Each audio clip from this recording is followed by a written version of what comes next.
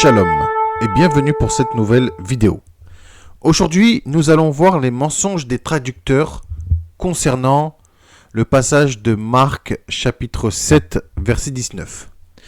Beaucoup de chrétiens s'appuient sur ce passage pour prouver que Yeshua a aboli toutes les lois alimentaires, tous les interdits alimentaires, puisque nous voyons dans les traductions qu'il est écrit « Puisque cela ne pénètre pas dans son cœur, mais dans son ventre, puis s'en va dans la fosse, il, Jésus, déclarait ainsi que tous les aliments sont purs. » Tous les chrétiens du monde entier prennent cette traduction, en tout cas ces traductions, puisqu'il y a dans plusieurs Bibles, pour prouver, entre guillemets, que Yeshua a tout autorisé et que tout est permis, que tous les aliments sont purs, etc. Mais dans cette vidéo, je vais vous prouver que le passage de « Il, Jésus, déclarait ainsi que tous les aliments sont purs », eh bien, ce passage est un rajout des traducteurs, puisque ce passage n'existe pas dans les textes grecs originaux. Tout simplement, c'est des mensonges des traducteurs. Nous voyons donc que les traducteurs ont rajouté des choses et cela prouve qu'il y a eu des rajouts afin d'induire en erreur énormément de personnes.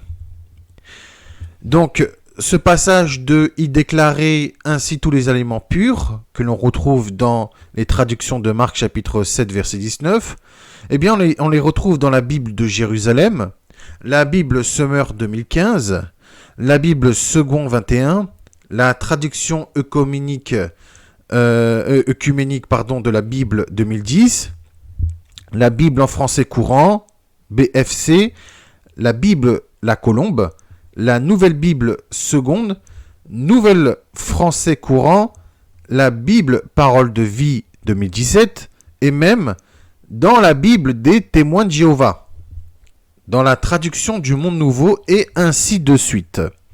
Vous voyez, il y a énormément de Bibles où il y a eu ce passage qui a été rajouté.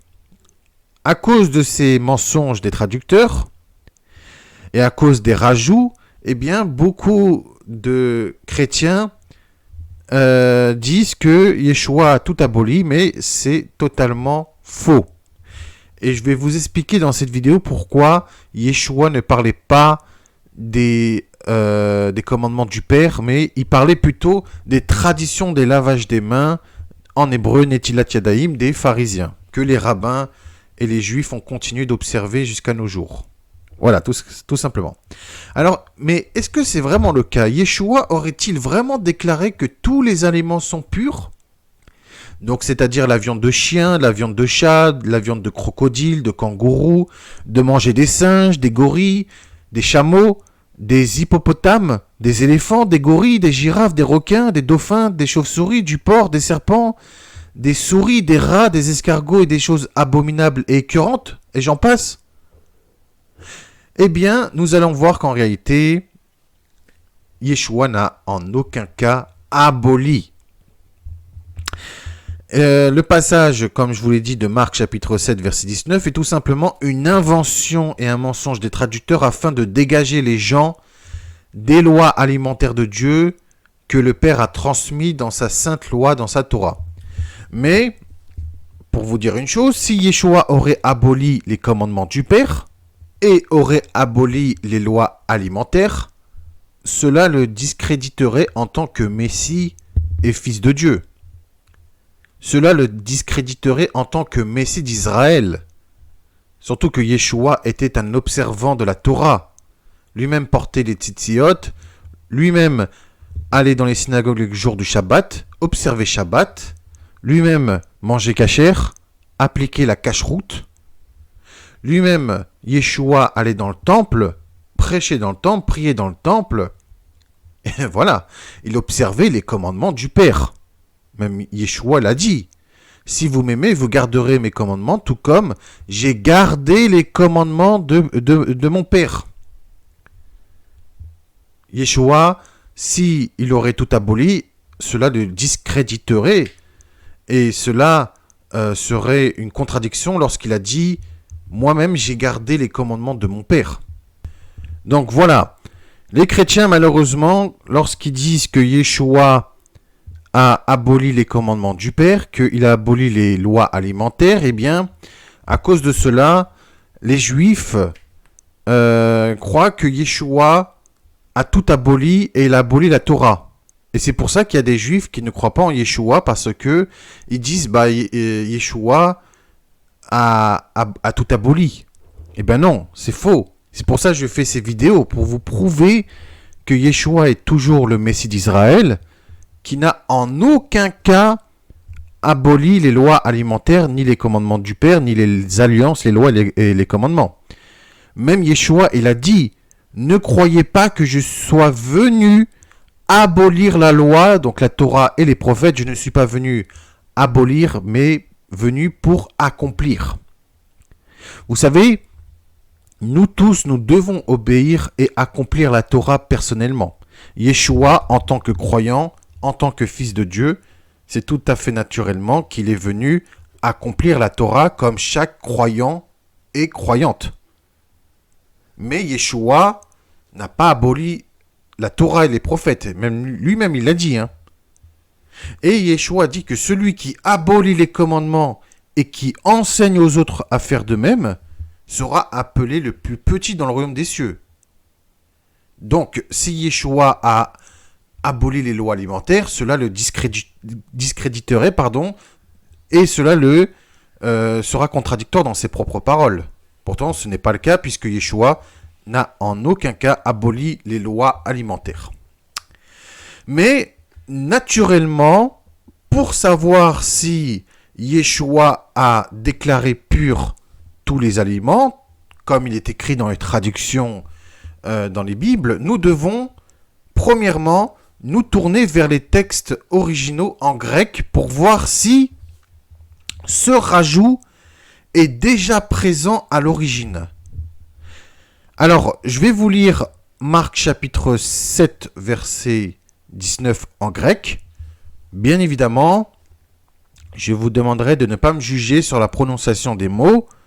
J'essaye moi-même de bien prononcer, même si c'est dur, parce que je ne parle pas le grec. Voilà, mais dans la description de la vidéo, vous verrez la phrase en grec et vous verrez également dans la photo de la vidéo pour vous prouver que moi-même je n'ai pas supprimé quoi que ce soit, que j'ai vraiment pris à la source. Parce que je sais qu'il y aura des personnes qui vont dire oui, mais il écrit ça dans la description de la vidéo, mais qui dit que lui-même n'a pas supprimé le passage? Non. Là, j'ai fait une capture d'écran du fameux passage de Marc chapitre 7, verset 19 en grec, et je vous ai prouvé que je n'ai pas supprimé quoi que ce soit, que j'ai vraiment pris comme il était écrit. Vous pouvez zoomer, faire quoi que ce soit, vous verrez. Et en dessous, je vous ai mis tout simplement les traductions et le fameux passage qui a été rajouté. Alors, je vais vous le réciter en grec. Otiouk isporevete aftu estin karfian al estin kilian keiston afevrone katalizan pantata fromata. Maintenant, si nous prenons cette phrase et que nous-mêmes, nous le traduisons sur Google Traduction ou quoi que ce soit, ou même dans des sites dédiés pour traduire, eh bien, il est écrit « Parce que cela n'entre pas dans son cœur, mais dans son ventre, et sort au lieu secret qui purifie tous les aliments. » Donc, est-ce que nous voyons le fameux passage de « Il, Jésus déclaré ainsi pur tous les aliments », eh bien, il n'y a aucune mention dans les textes originaux. Ce qui est très grave, c'est d'attribuer des paroles mensongères au nom du Seigneur, alors que le Seigneur lui-même n'a pas dit une telle chose. C'est donc un énorme mensonge qui a été fait sur le dos du Fils de Dieu, du Sauveur, qui est Yeshua. les traducteurs chrétiens ont usé de fraude pour mettre des paroles que Yeshua n'a pas prononcées. Cependant, cette traduction relativement populaire de Marc chapitre 7 verset 19 est embarrassante par certains aspects. Pourquoi ? Premièrement, comment Yeshua peut-il légitimement déclarer purs tous les aliments alors que son Père céleste a bien dit qu'une distinction doit être établie entre les aliments qui sont purs et ceux qui sont impurs. De plus, Yeshua a dit « Moi et le Père sommes un ». Si Yeshua a gardé les commandements du Père et que nous devons garder les commandements à la fois du Père et du Fils, cela prouve que les commandements du Père sont aussi les commandements du Fils. Et donc les lois du Père sont aussi les lois du Fils. Yeshua, n'oubliez pas qu'il a dit qu'il n'est pas venu abolir la Torah et les prophètes. Donc Yeshua peut-il renverser les lois établies par son Père, qui est notre Créateur, surtout que lui et le Père ne font qu'un? Et notre Père aurait-il soudainement aboli ses propres lois et commandements alors qu'il s'est bataillé avec son peuple pendant des générations afin qu'ils observent ses lois, ses alliances et ses commandements? Alors que lui-même, l'Éternel notre Dieu, a bien dit que ces alliances, lois et commandements sont perpétuelles et donc elles sont éternelles. Lévitique chapitre 3 verset 17. N'oubliez pas que Yeshua a dit que l'écriture ne peut être anéantie et que celui qui supprime l'un de ses plus petits commandements et qui enseigne aux autres à faire de même sera appelé le plus petit dans le royaume des cieux. Cela ne serait-il pas une contradiction que les chrétiens eux-mêmes ont fait? Pourquoi avoir attribué des paroles à Yeshua alors que Yeshua n'a en aucun cas dit qu'il a déclaré purs tous les aliments? Ça, c'est une ruse de la part des traducteurs pour égarer un maximum de personnes. Eux-mêmes voulaient être dégagés de la loi, des commandements et des alliances de Dieu. Eh bien, ils ont fait en sorte que les autres soient dégagés, mais conséquence, ils ont coupé le lien avec Dieu le Père. Parce que en faisant ça, Yeshua a dit que de telles personnes eux-mêmes n'entrent pas dans le royaume des cieux et empêchent les autres d'entrer dans le royaume des cieux. Il y a aussi quelques problèmes supplémentaires à cette interprétation. Si Yeshua déclara effectivement que tous les aliments sont purs, cela, comme je vous l'ai dit, le disqualifierait en tant que Messie, puisque ses enseignements seraient contraires à la parole de Dieu. Or, Yeshua a bien dit qu'il n'est pas venu abolir la Torah et les prophètes, donc il n'est pas venu tout simplement être en opposition avec les commandements de son Père. Il est plutôt venu accomplir, c'est autre chose. La Bible affirme qu'un roi légitime d'Israël ne devrait pas s'éloigner de la loi de Dieu, que ce soit à droite ou à gauche. Deutéronome chapitre 5 verset 32, Deutéronome 17 verset 20, Deutéronome 28 verset 14, Josué chapitre 1 verset 7 et Josué 23 verset 6. Renverser les lois de Lévitique chapitre 11 serait certainement s'écarter considérablement de la loi divine. De plus, Yeshua est le roi des Juifs et roi d'Israël. Il est aussi le roi de tout peuple, toute nation, de toute tribu, de toute langue. Si lui-même est roi légitime d'Israël, alors il ne s'est en aucun cas éloigné de la loi de Dieu. N'oubliez pas ce que je vous dis, encore une fois, Yeshua, le roi d'Israël, le roi des Juifs, a dit « Ne croyez pas que je sois venu abolir la Torah et les prophètes. Je ne suis pas venu abolir, mais accomplir. » Donc, ça fait de lui toujours le roi légitime d'Israël, puisqu'il n'a en aucun cas aboli les lois, les alliances et les commandements de Dieu, et donc les lois alimentaires de Dieu le Père. Ses opposants parmi les pharisiens aurait toutes les évidences voulues pour contester sans autre façon son autorité. Cet homme ne vient pas de Dieu, ses enseignements sont contraires aux lois de Dieu, mais cela n'a pas et ne le sera jamais le cas puisque Yeshua n'a en aucun cas aboli les alliances, les lois et les commandements de son Père. Si le Père et lui ne font qu'un, que Yeshua est dans le Père et que le Père est en Yeshua, donc les lois du Père sont aussi les lois du Fils.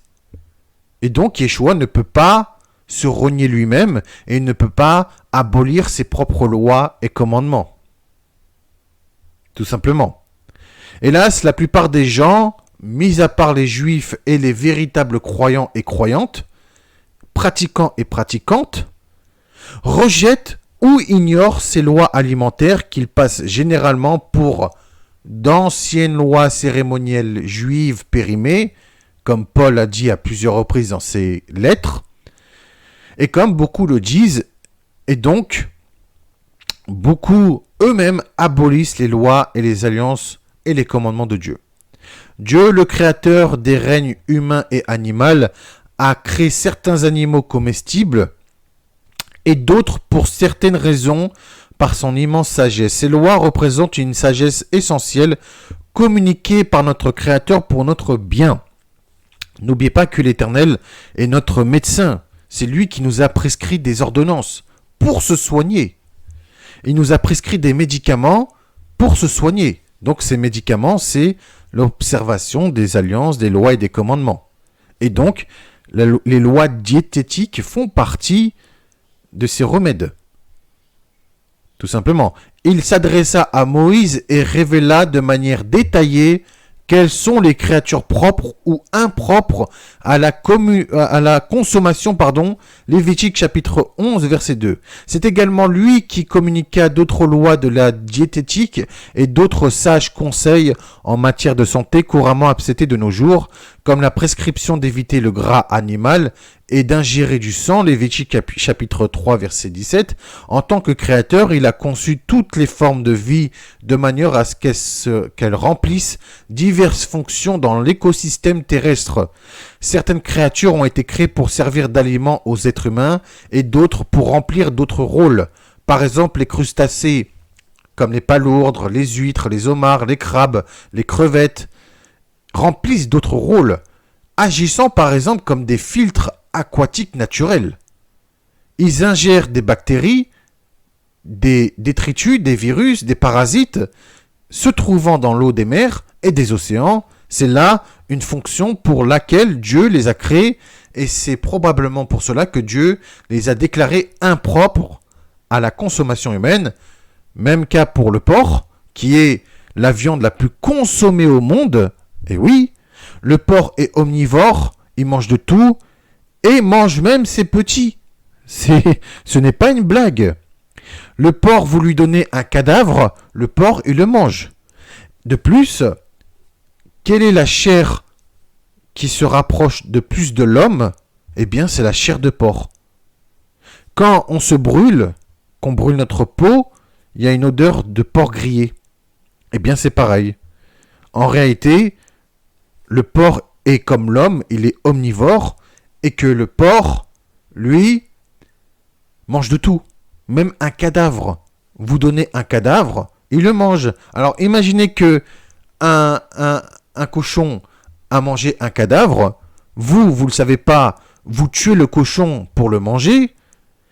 Eh bien, comme le cadavre est dans son corps, vous mangez la chair du cochon plus la chair du cadavre qu'il a ingéré.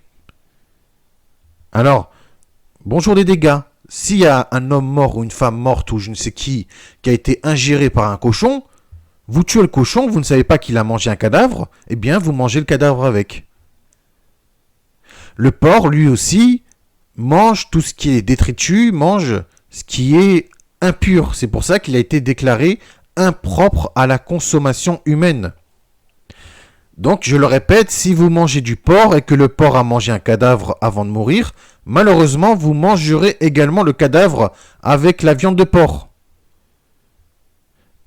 Également, l'Éternel a dit qu'il détruira par le feu ceux qui mangent de la viande de porc et ceux qui mangent des souris. Comme il est écrit dans Isaïe chapitre 66, verset 17, « Ceux qui se sanctifient se purifient dans les jardins, au milieu desquels ils vont un à un, qui mangent de la chair de porc, des choses abominables et des souris. Tous ceux-là périront, dit l'Éternel. » Pourtant, dans la Torah, Lévitique, chapitre 11, versets 19 et 29, la souris est considérée comme un animal impur et abominable qu'on ne doit pas manger. Et pourtant, dans les cultures, beaucoup mangent des souris. Vous comprenez?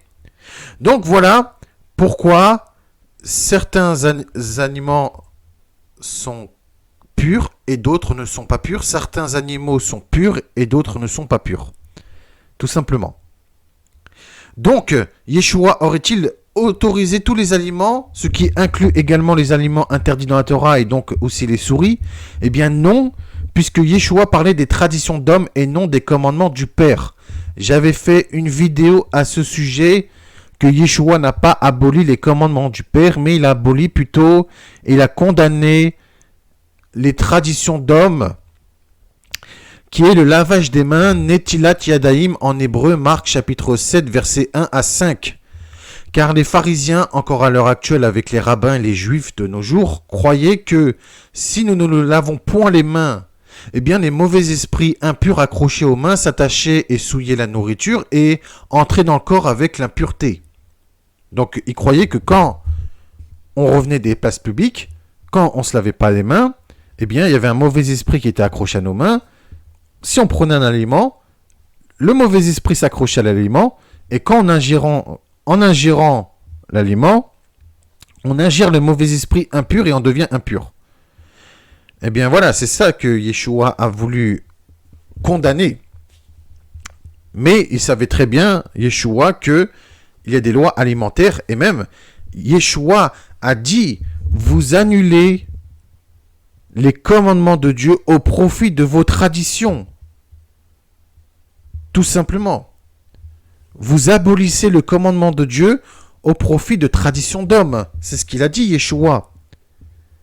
Alors Yeshua déclare, mais ce qui sort de la bouche vient du cœur, c'est ce qui souille l'homme. Donc c'est du cœur que viennent les mauvaises pensées, les meurtres, les adultères, les impudicités, les vols, les faux témoignages, les calomnies, ainsi que le mauvais œil. Voilà les choses qui souillent l'homme, mais manger sans être lavé les mains, cela ne souille point l'homme.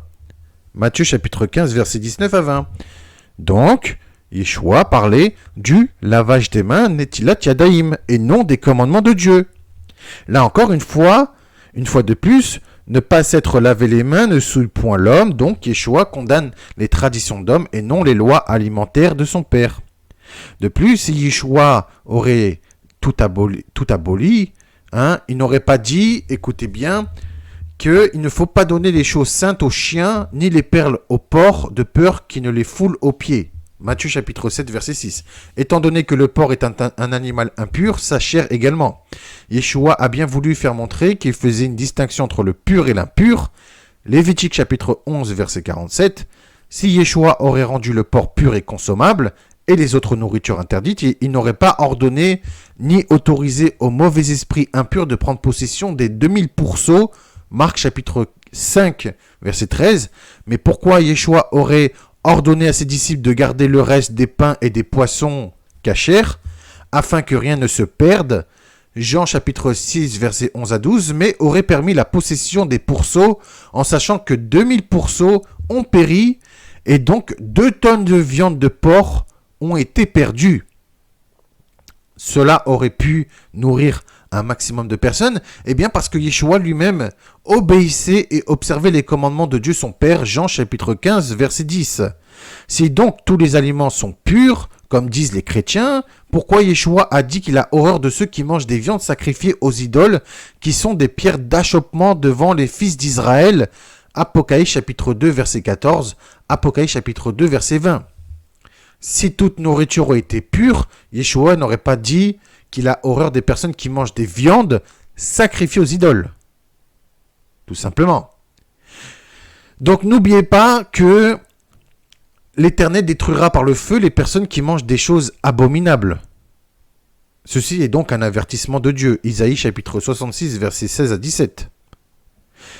C'est par le feu que l'Éternel exerce ses jugements, par son glaive qu'il châtie toute chair, et ceux qui tuera l'Éternel seront en grand nombre, ceux qui se sanctifient, se purifient dans le jardin, au milieu desquels ils vont un à un, qui mangent de la chair de porc, des choses abominables et des souris, tous ceux-là périront, dit l'Éternel.